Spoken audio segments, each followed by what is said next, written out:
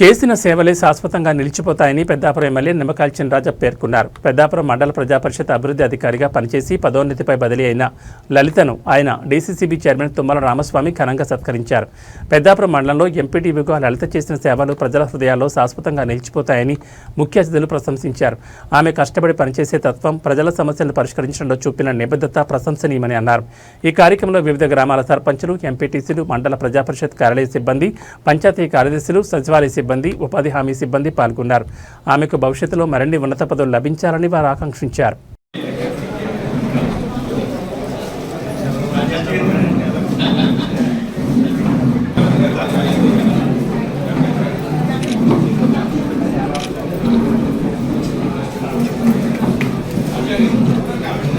madam గారికి జిల్లా vigilance ఆఫీసర్గా వచ్చిన సందర్భంగా గౌరవ శాసనసభ్యులు మరియు ఎంపీపీ గారు, ఏఎంసీ చైర్మన్ గారు, అలాగే ఎంపీటీసీ సభ్యులు, సర్పంచులు, మండల లెవెల్ ఆఫీసర్స్, పంచాయతీ కార్యదర్శి